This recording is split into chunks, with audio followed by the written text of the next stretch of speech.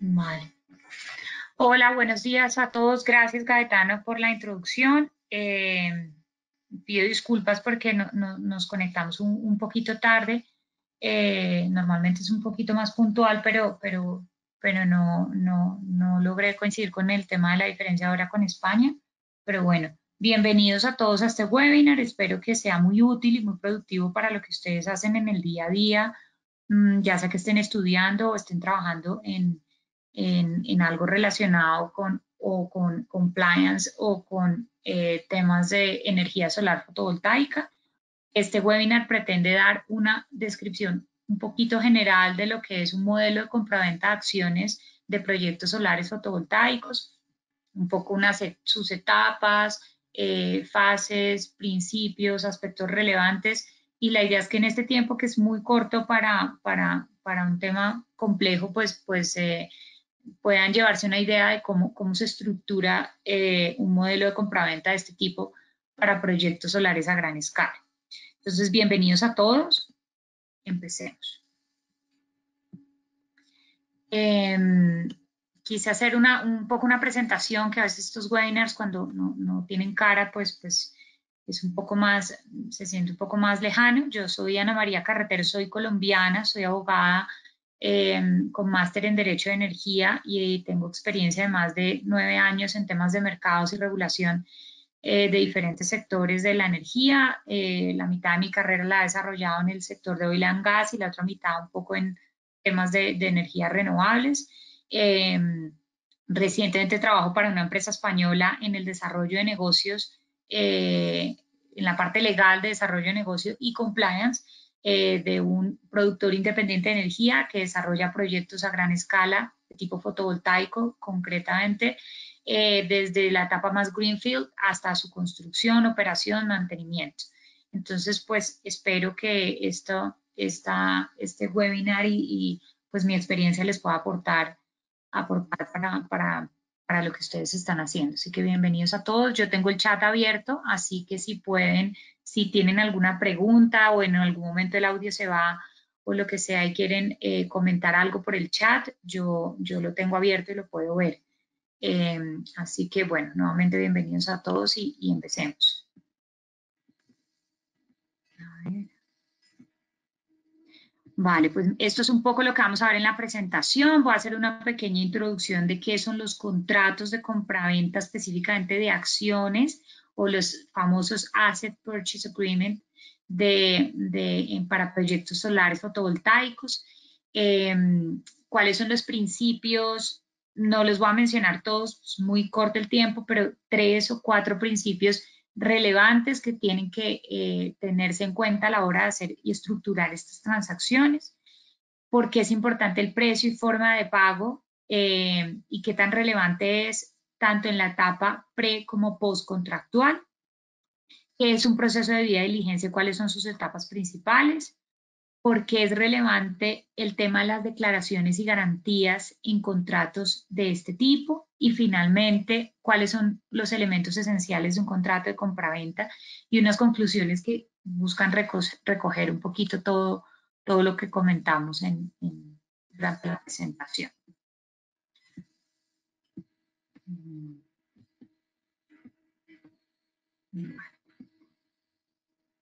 Entiendo que todos ven bien la presentación, ¿no? Yo, a ver, por lo que veo, sí. Sí, no Listo. hay ningún problema, Ana María. Vale, perfecto.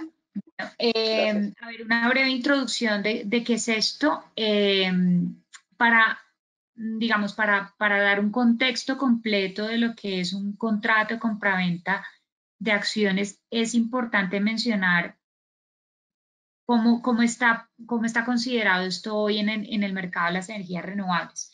Eh, por la globalización que tenemos, ha aumentado en los últimos 10 años la cantidad de operaciones de adquisiciones empresariales entre empresas privadas que lo que buscan es comprar y vender proyectos solares fotovoltaicos a gran escala en diferentes etapas de desarrollo. Es decir, es tan común ver la compra de puntos de conexión sin más que pretenden ser un proyecto solar construido, operado, mantenido, inyectando energía a la red, como proyectos completamente construidos que se venden incluso con contratos de venta de energía. De todo tipo de etapas de desarrollo podemos encontrar transacciones hoy en día. Esto ha hecho que el mercado de las energías renovables, aparte de romper fronteras, se vuelva muy dinámico y permite que empresas pequeñas, grandes y medianas escalen en sus lugares, incrementando, depende de la estrategia comercial que tenga cada empresa, ya sea por incrementar su portfolio de proyectos, por apalancarse y levantar capital, o simplemente por la intención de dinamizar el mercado y entrar en un sector que hoy en día es muy demandante. Lo cierto es que hay diferentes modelos que se pueden llevar a cabo para determinar un negocio de este tipo. El contrato que yo les voy a explicar, la transacción de compraventa de acciones, es solo uno de estos modelos. Existen otros como modelo de compraventa de sociedad, el famoso Share Purchase Agreement, o otros que permiten hacer este intercambio. Me enfoqué en el de acciones porque es uno muy común y tiene unas implicaciones particulares. Y creo que hoy en día la regulación del sector de las energías renovables busca mucho más, busca ser un poquito más flexible en este sentido y, como les decía al principio, que se traspase no solamente se puede traspasar una sociedad, vehículo en conjunto o unos permisos asociados a esa sociedad. Por eso elegí este tema. Voy a pasar al siguiente.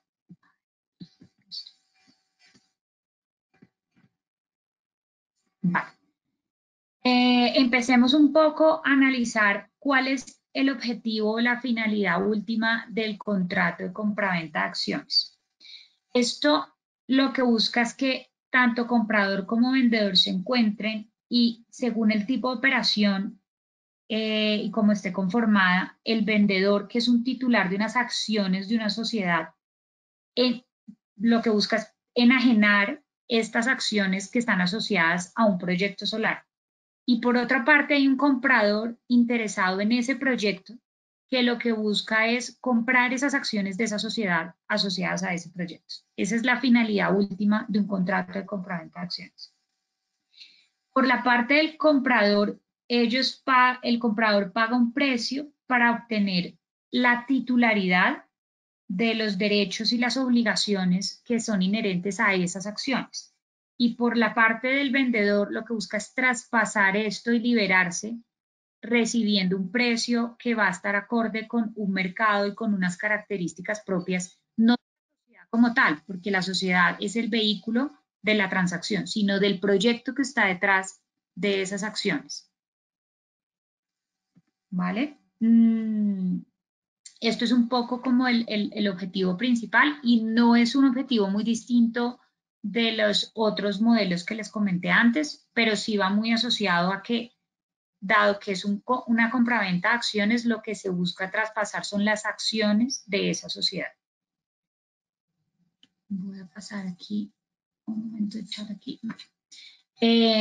Vale, luego en el lado izquierdo de la pantalla, como número 2, pueden ver los principios asociados a este contrato de compraventa de acciones. Como les comenté, hay muchos, pero yo decidí elegir 3 que son fundamentales y en los que se basan este tipo de transacciones para que puedan salir adelante. Difícilmente hay un contrato que no considere estos 3 principios. Hablemos del primero. El primero hace referencia a la obligatoriedad. Esto legalmente es conocido para los que aquí son abogados como un adagio que se llama el pacta sunt servanda, que es que básicamente todo contrato que se celebre entre las partes es ley para las partes. Y lo que pretende, o sea, la obligatoriedad no es otra cosa que es esa capacidad de las partes de hacer exigibles determinadas cosas que ellos se han pactado. Entonces, en el contrato de compraventa de acciones vamos a encontrar disposiciones establecidas por cada una de las partes que se entienden desde el contrato como firmes, como obligatorias, y que se supone que han sido celebradas de manera legal y que cumplen con ciertos requisitos de validez de acuerdo con el ordenamiento jurídico en el que estén aplicando este tipo de transacción. Entonces, es posible que digamos, esta obligatoriedad no se dé en una etapa precontractual, porque normalmente cuando llegamos a un contrato de compraventa de acciones es porque hubo una etapa previa de negociación en la que se intercambiaron documentos entre comprador y vendedor que pueden no ser vinculantes para las partes, como por ejemplo una carta de intenciones, las famosas Letter of Intentions, NBOs, cualquier documento no vinculante que entre las partes lo que busque es pactar un precio, unas condiciones muy generales de cómo se traspasarían las acciones de uno a otro y cuál sería la forma de pago y un poco más. Entonces, perdón, voy a hacer una pausa que me pregunta Víctor Eduardo si al realizar el contrato entre las partes, suponiendo de un país a otro, ¿quién rige la materia legal del contrato? ¿Qué organismo lo controla internacionalmente? Pues mira, esa pregunta es muy al lugar porque estas transacciones comúnmente, como lo dije en la introducción, son de carácter internacional. Normalmente la regulación que aplique es la regulación del lugar donde se ubica el proyecto, que normalmente es el lugar donde también se ubica la sociedad que se va a vender y las acciones que se van a traspasar. Luego, más adelante explicaré que hay unos aspectos tributarios asociados a las ganancias de esa transacción que tienen implicaciones en los países que están interviniendo y hacia dónde va el flujo de caja de esa transacción. Entonces, lo que quiero decir con esto, Víctor, es que claramente aplica la regulación, es decir, si yo estoy vendiendo un proyecto solar con una sociedad vehículo en Colombia, la regulación que me aplica es la colombiana. Pero si el flujo de dinero de esa transacción pretendo sacarlo a España porque el comprador de la sociedad es un desarrollador, un promotor español, pues esto va a tener unas implicaciones tributarias tanto para Colombia, para el vendedor, como para España, que va a tener que pagar y hacer ciertos movimientos fiscales para poder sacar el dinero del país. Entonces, yo creo que ahí ya te respondí tu pregunta. Entonces, un poco volviendo al tema de los principios, como les decía antes, hay unas etapas que es como la etapa precontractual en la que las partes negocian documentos que, si bien no son vinculantes, pretenden serlo en un futuro, pretenden poner las reglas generales de cómo es que nos vamos a poner de acuerdo para intercambiar estas acciones a un precio determinado, que van asociadas además a un proyecto, que es un proyecto con cara y ojos, que pretende desarrollarse en un periodo de tiempo específico, en unos hitos que hemos establecido conforme lo que hemos acordado. Y entonces, después de esa etapa precontractual, lo veremos un poco más adelante, viene un proceso de due diligence donde se identifican las particularidades del proyecto y los riesgos a los que nos vamos a enfrentar, y posteriormente viene ya esa etapa contractual en la que se configura ese principio de obligatoriedad que mencioné. Ahí es donde ya es vinculante para las partes, donde las partes ya ponen su firme compromiso de vender, de traspasar, de comprar, de pagar, de ejecutar, de llegar a ciertos hitos, y en ese momento ya se vuelve como lo que les decía al principio, ley para las partes. Eso es un poco a grandes rasgos lo que es el principio de obligatoriedad. Otro principio que está muy presente en este tipo de contratos, en todos en general, es el principio de buena fe. Esto para quienes no son abogados es un poco utópico, pero es una cosa que es necesaria y que está presente en este tipo de transacciones. El principio de buena fe está establecido en muchas de las cartas constitucionales de los países, y básicamente lo que quiere decir es que las actuaciones que están poniendo sobre la mesa el comprador y el vendedor frente a la transacción y de cara a los stakeholders que apliquen, autoridades públicas, bancos, terceros vinculados y demás, deben ceñirse a, a la buena fe de las partes, donde se presume que todas las gestiones que ellos están haciendo las están haciendo bien, las están haciendo basados en unos pilares en los que uno cree que se aplica la legislación que dice que aplica y se presupone que es un negocio jurídico en el que las partes actúan con la intención de hacer lo que dicen que van a hacer. Uno no pretende, la forma más fácil de entender la buena fe es del lado, por ejemplo, del vendedor, uno no piensa que el vendedor se va a meter en una transacción en la que al final no va a vender, sino que realmente va a vender, va a traspasar esas acciones, le va a dar un valor y cuando reciba su precio va a hacer la cesión correspondiente. Es un poco eso lo que es el principio de buena fe. Entonces, que incluso va muy atado a la obligatoriedad, o sea, en principio no es que se pacte expresamente que todo lo de buena fe es obligatorio, pero es un poco lo que en última se pretende.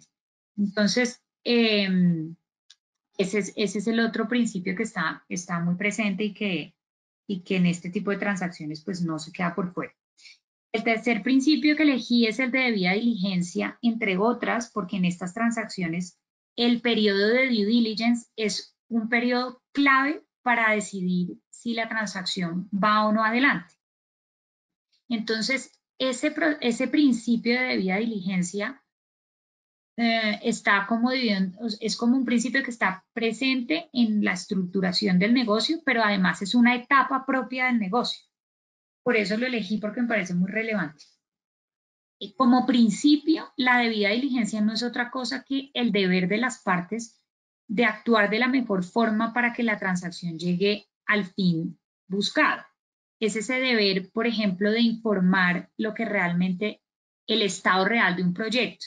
Lo que uno espera en este principio de debida diligencia es que, por ejemplo, el vendedor tenga la capacidad de abrir los libros y decir, este es un proyecto que cuenta con conexión eléctrica asegurada. O cuenta con una conexión eléctrica que no está asegurada, pero pretende serlo porque ya tengo un concepto del operador de red y estoy pendiente de un segundo concepto.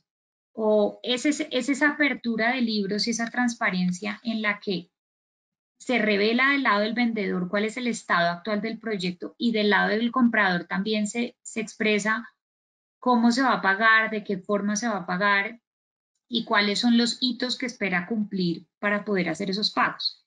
Es costumbre que en todos estos tipos de procesos de adquisiciones, incluyendo por supuesto el de compraventa de acciones, en la etapa precontractual, como yo les decía, se lleve un proceso de debida diligencia.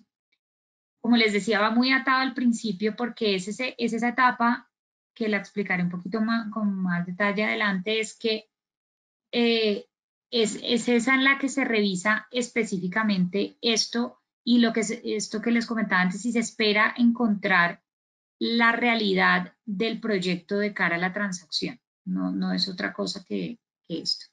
Vale, entonces yo creo que con eso explicamos un poquito los tres principios importantes para este tipo de transacciones. Vamos al punto 3, que está en color blanco, ahí en la esfera grande, color verde, que es el precio y forma de pago. La regulación del precio en este tipo de transacciones, aunque parece algo muy sencillo, no es tan fácil porque al final lo que espera, por supuesto, esto es como una cuerda que tensa cada uno a su mejor posición. Entonces, del lado del comprador busca que ese precio sea lo más bajo posible sin que se salga de mercado porque entonces el coste de oportunidad se pierde. Y del lado del vendedor lograr subir lo que más se pueda de forma que no sea un precio que salga de mercado porque también su transacción nunca va a llegar a su fin, pero que logre recuperar la mayor cantidad de margen según la etapa de desarrollo en la que se encuentra el proyecto. Entonces, al ser el precio un elemento esencial del contrato, las partes tienen que convenirlo y pactarlo de forma en que quede tan claro que sin esto el contrato simplemente es que no existiría. No, como he mencionado antes, es difícil valorar para una compañía el momento, el tiempo, la forma de hacerlo, pero no es una cosa tampoco muy ajena para una empresa que esté vendiendo proyectos y que pretenda cerrar una transacción de compraventa de acciones. Normalmente para proyectos solares fotovoltaicos se pacta un precio por kilovatio pico, porque es la capacidad máxima a la que puede llegar a producir e inyectar energía a un proyecto solar. Entonces, normalmente voy a dar un rango de precios que no está ajustado a ningún mercado, ni a ninguna regulación, ni nada. Simplemente para ejemplo de esto, uno puede decir, yo compro un proyecto a $45.000 el megavatio pico y lo pago de esta forma. Esto es como para hacer el ejemplo mucho más gráfico. Vuelvo, insisto, los $45.000 no están asociados ni a un mercado ni a nada, simplemente es a modo de ejemplo, pero es básicamente como se pacta el precio en este tipo de transacciones.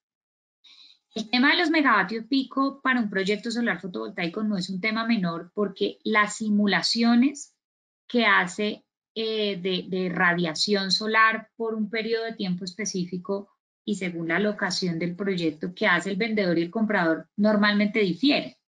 Entonces, lo que se busca es pues, coger una simulación con un programa o con un consultor que ambas partes estén de acuerdo, porque si no, pues el precio va a variar.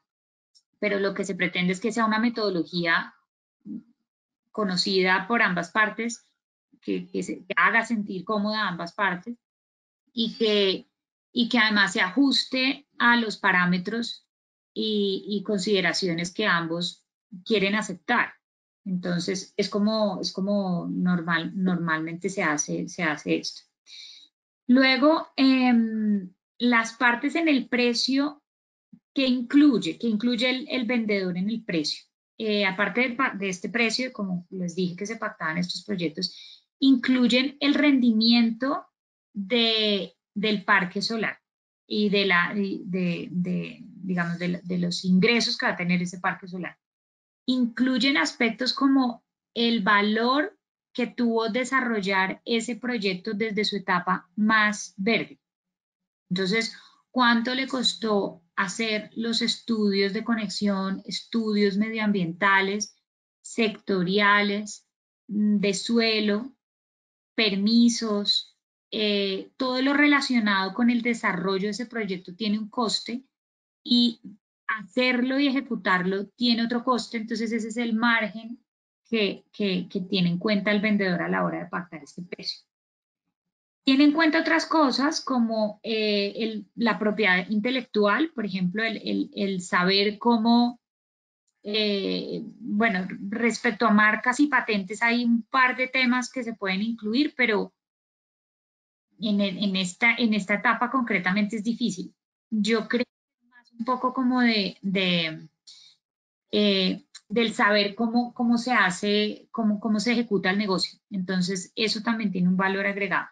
Y en general, tratan de tener valor agregado todas esas condiciones financieras propias de la compañía, como el capital de las personas, el capital humano invertido, tiempo, estudios, gestión, todas estas cosas. Esto es lo que le da valor. Y al final, este valor se traspasa en el valor de las acciones propiamente, que son las que se van a transferir.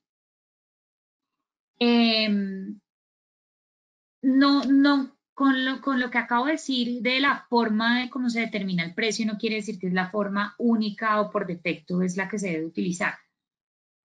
Si el precio no es tan claro, las partes pueden establecer una metodología para fijar ese precio en una etapa posterior, mientras estén de acuerdo y los parámetros de esa metodología estén muy claros. Lo cierto es que tiene que decirse algo, o cómo se va a determinar, o sea, o ser determinado o ser determinable, pero no existe un contrato de compraventa de acciones sin precio. Eso sí es clarísimo, porque es la forma de valorar el precio de las acciones y de cómo se va a transferir. Luego, respecto a la forma de pago. La forma de pago en este tipo de transacciones es normal que no se pague la totalidad de las acciones en un solo pago, de contado o one shot. Normalmente los proyectos solares fotovoltaicos que están asociados en estas transacciones Si se venden en una etapa en la que no están construidos, que es una etapa conocida como ready to build, que es lista para construir, son etapas en las que se analiza el permitting, toda la lista de permisos que llevaron a que ese proyecto llegara a esa etapa, pero que normalmente no están tan ready to build, pues puede estar muy cerca del ready to build o muy lejos y eso hace que tenga una valoración mayor o menor porque tiene más o menos riesgos.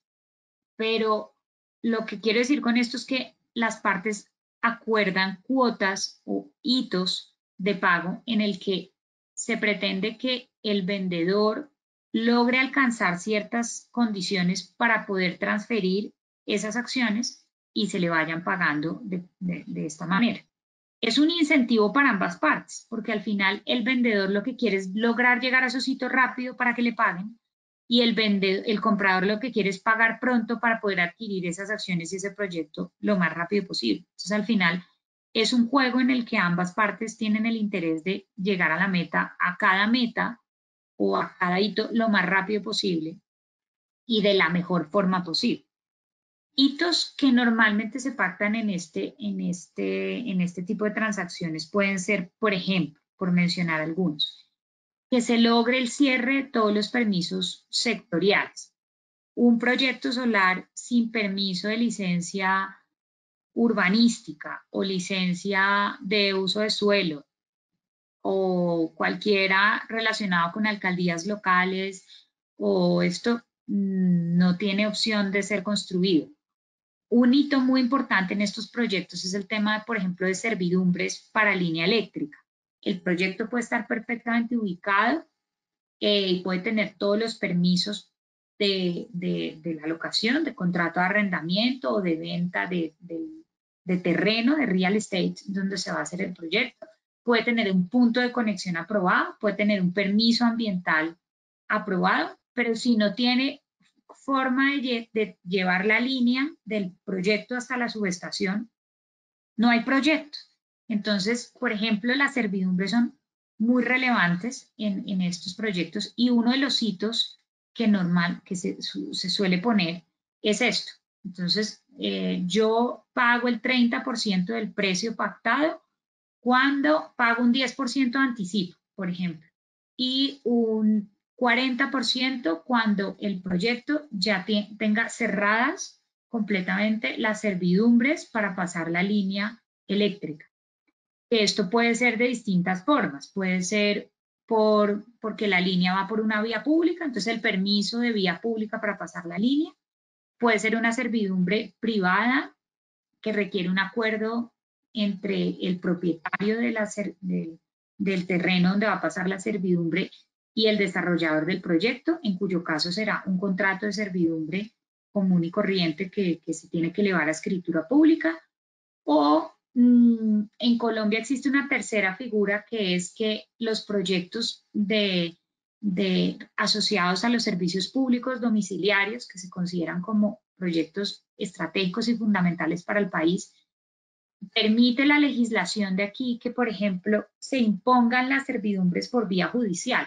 Eso quiere decir que si un promotor de un proyecto de estas características no llega a un acuerdo con un propietario para pasar una línea de conexión, puede ir a un juez por vía judicial y decirle, impóngale a este señor que yo voy a pasar mi línea eléctrica por su finca. Yo calculo que la indemnización es tanto, usted al final decida si es eso, más o menos. Pero lo cierto es que el juez lo impone. Lo que se discute en la imposición no es si se impone o no la línea va. De pronto se puede discutir el trazado, pero normalmente no se discute. Lo que se discute es el valor de la indemnización. El propietario puede decir lo que usted me está pagando, pero eso es menor. Pero bueno, para no entrar muy en detalle en eso, era simplemente por mencionar que el hito de la línea eléctrica es uno de los hitos importantes y puede pactarse de distintas formas. Y estas tres que acabo de mencionar son tres formas diferentes de llegar a este hito y tienen que quedar muy explícitas en estos contratos de compraventa de acciones porque es la única forma en cómo el comprador y el vendedor logran entender que se llegó al cumplimiento del hito. Respecto a la forma de pago, también es decir que aquí empiezan a jugar, a ponerse en juego cosas importantes como cómo se puede garantizar o facilitar el pago de la totalidad del precio. Y ahí ambas partes pueden pedirse garantías. Suelen ser un poquito más del lado del comprador, pero pueden ser en las dos vías. Vale, voy a ir un poquito más rápido para que no nos quedemos cortos de tiempo. Creo que ya repasé los aspectos del punto 3, de contado, por hitos, las garantías y las etapas de desarrollo en las que se adquiere. Esto no lo he mencionado, esto es el proyecto, el contrato de compraventa de acciones se puede ejecutar para un proyecto que, lo que les decía, esté cerca de construirse, en cuyo caso es ready to build o esté construido, se determina en este sector como el COD o COD, que es el Commercial Operation Date, que se entiende que es cuando el proyecto ya está construido y cuando ya está inyectando energía a la red, está inyectando la energía o la capacidad que le fue otorgada por el grid operator. Entonces, obviamente el contrato de compraventa de acciones en una u otra etapa tiene un precio completamente diferente. Y entre otras es por los riesgos que asume el comprador. Un proyecto ready to build implica que ese comprador o lo va a traspasar a otro y va a intentar ganarse un margen o lo va a construir. Está comprando unos permisos para construirlo. Y si está operando, es un contrato, es un proyecto que ya superó toda la etapa de riesgos de permisos, ya está construido, superó toda la etapa de riesgos de construcción, ya tiene toda la parte de equipos, entonces todo el engineering, procurement and construction está terminado. Entonces ya todos esos riesgos tienen una valoración y hacen que el proyecto en esta etapa pues tenga un valor superior, ¿vale? Bueno, yo creo que ya repasamos lo de la esfera verde. Vamos un poco a los siguientes circuitos. Este es el periodo de due diligence. Como les comentaba antes, el desarrollo de un proceso de due diligencia no es otra cosa que la etapa en la que el comprador identifica el estado actual de la compañía, de la sociedad. Con base en la información que le entregue el vendedor del proyecto, él puede prever si va a haber contingencias o no que puedan configurarse en un futuro. Y quien realiza esta due diligence es el responsable último de identificar esas posibles contingencias y tenerlas en cuenta para ver si son configurables o no y ver si con eso se valoran y se baja o se sube el precio o se piden, por ejemplo, unas garantías. Lo que normalmente se hace en este tipo de etapas es ya realizada en un periodo de tiempo de, por ejemplo, 2 o 3 semanas que se pueda analizar el desarrollo de un proyecto solar. Al final se entrega un informe que es como un due diligence report, que es el último bullet llamado resultados, que lo que busca es valorar ese estado de la compañía y que esos activos y esas acciones que van a estar respaldando su proyecto también se encuentren bien. Entonces es como una due diligence en dos vías. Por un lado se revisa el proyecto, el estado del proyecto en el que está asociado a las acciones y por otro lado se revisa que esa sociedad desde el punto de vista corporativo se encuentre libre de gravámenes y no tenga contingencias que impliquen que no se pueda traspasar o que se traspase mal. Entonces es como una debida diligencia en dos sentidos. No sé por qué vale. Antes de pasar a las conclusiones, me gustaría repasar un poco los elementos esenciales de este tipo de contrato. Como les decía, el precio y el objeto de la transacción pues son fundamentales en un contrato de compraventa de acciones. como todo contrato, uno busca que en principio se regule el precio y la cosa, así como las condiciones económicas que van a tener incidencia en esta transacción, y se especifique claramente cuál es el estado de esas acciones y el precio de compra que va a ser transferido por las partes, junto con la serie de documentos que son necesarios para esa transferencia.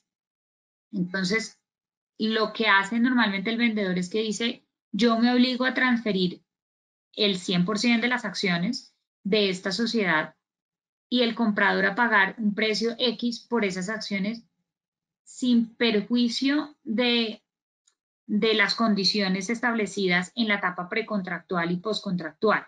Entonces, solo para dejarlo muy claro, este contrato se perfecciona cuando se hace la cesión completa de las acciones. No tiene sentido que se transfiera la mitad y quede en condiciones suspensivas para el cumplimiento de los hitos pactados, porque no es el fin último de la transacción.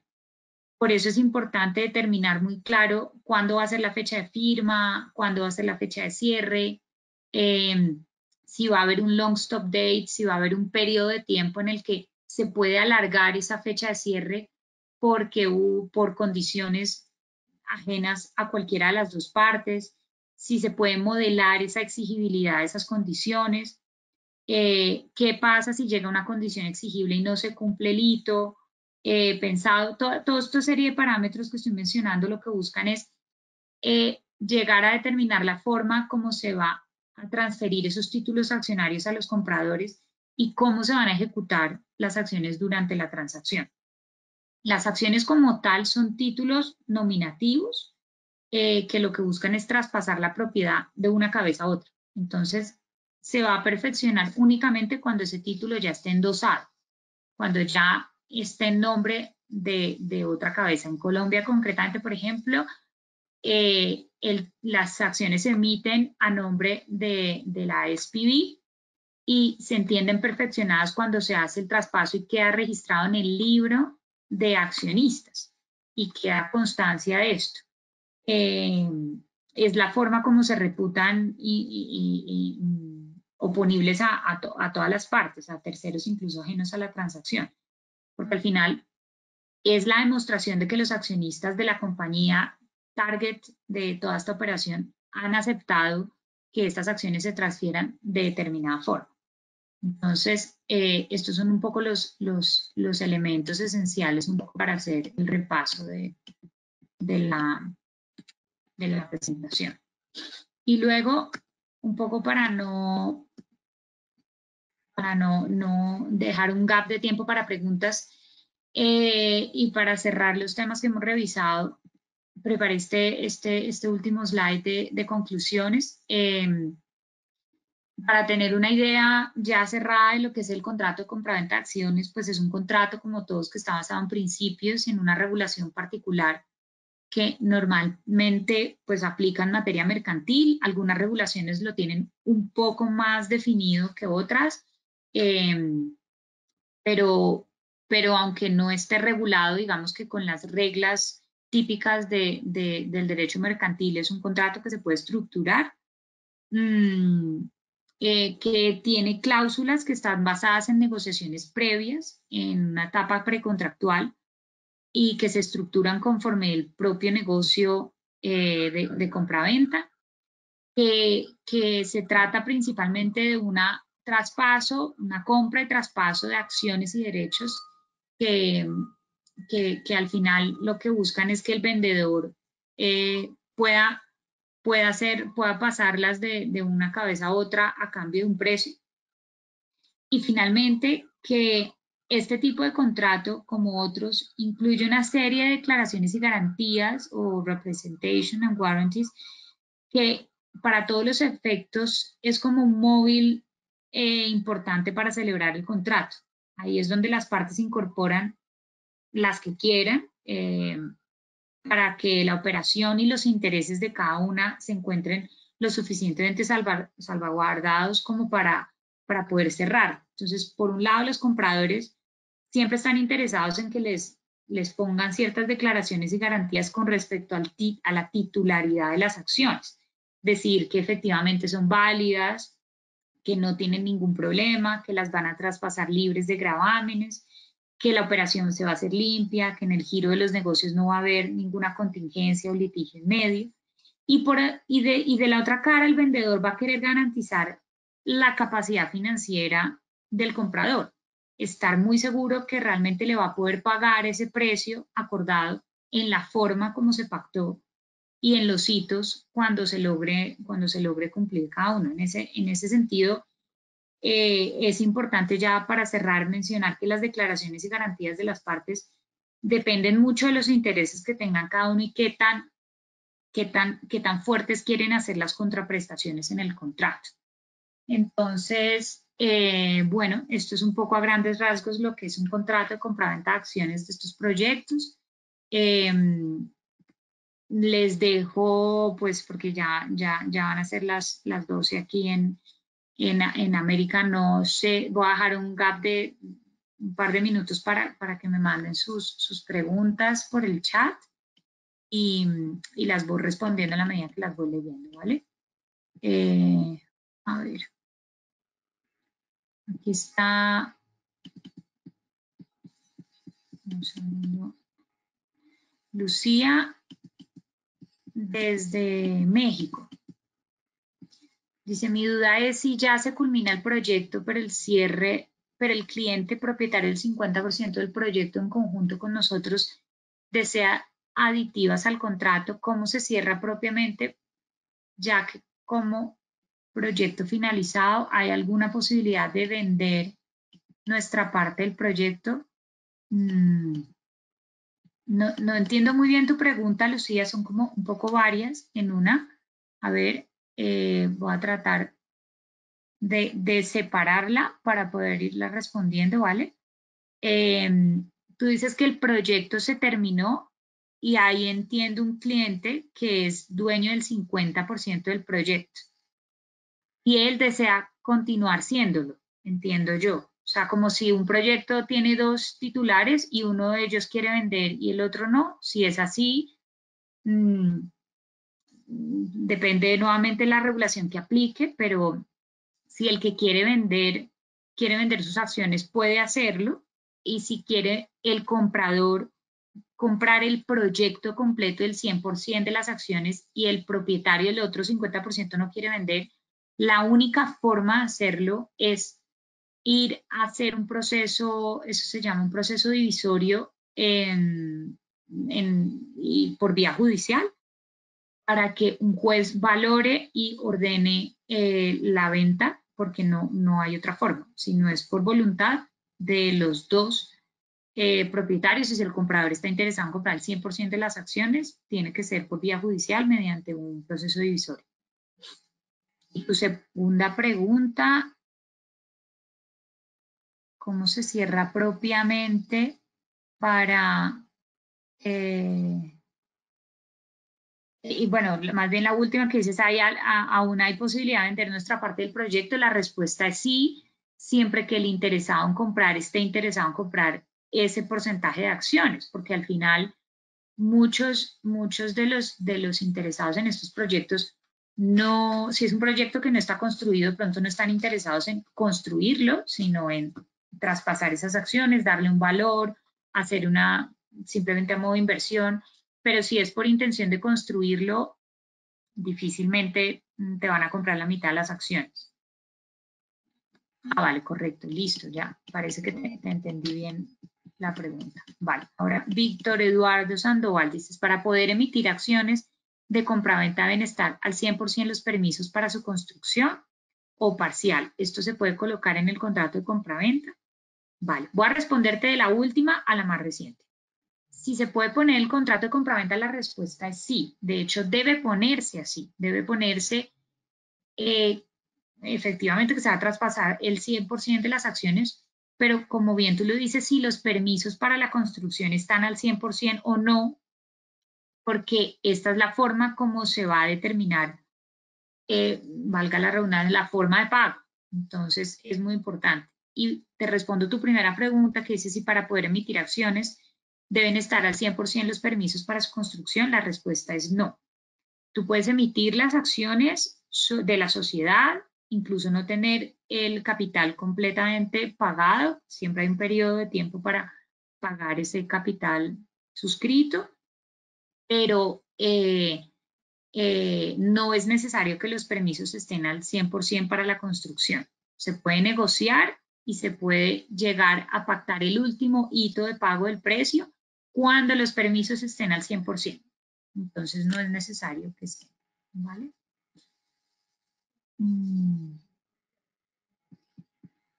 Luego,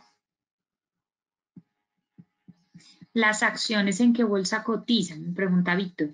No, estas son acciones que no pertenecen particularmente al mercado bursátil, por decirlo de alguna manera, no es de una bolsa de valores de alguna de los países, sino las acciones asociadas a la sociedad como tal. Cuando se constituye la sociedad, se constituye con un número determinado de acciones y esas acciones tienen un capital detrás y un valor específico. Entonces, cuando yo hablo de acciones, me refiero a las acciones particulares y títulos nominativos de una sociedad privada, pero no necesariamente tienen que estar cotizando en un mercado bursátil. Pueden hacerlo, pero no necesariamente tienen que estarlo para firmar un contrato de compraventa de acción. Vale, creo que ya respondí. De nada, Víctor, también de nada, Lucía. Creo que respondí las preguntas que tenían. Bueno, no sé si haya más preguntas o le damos por finalizar el webinar. La sigla RTB, pregunta Víctor, ¿qué significa? La sigla RTB traduce Ready to Build, que significa listo para construir. Es esa etapa del proyecto en la que ya están todos los permisos listos. Listos significa emitidos por las autoridades locales y completamente vigentes para poder aplicarlos. Y ya empieza la etapa de construcción del proyecto. Eso es lo que traducen esas siglas. ¿Vale? Última duda, Lucía. Tranquila, tenemos un gap. Un minuto más.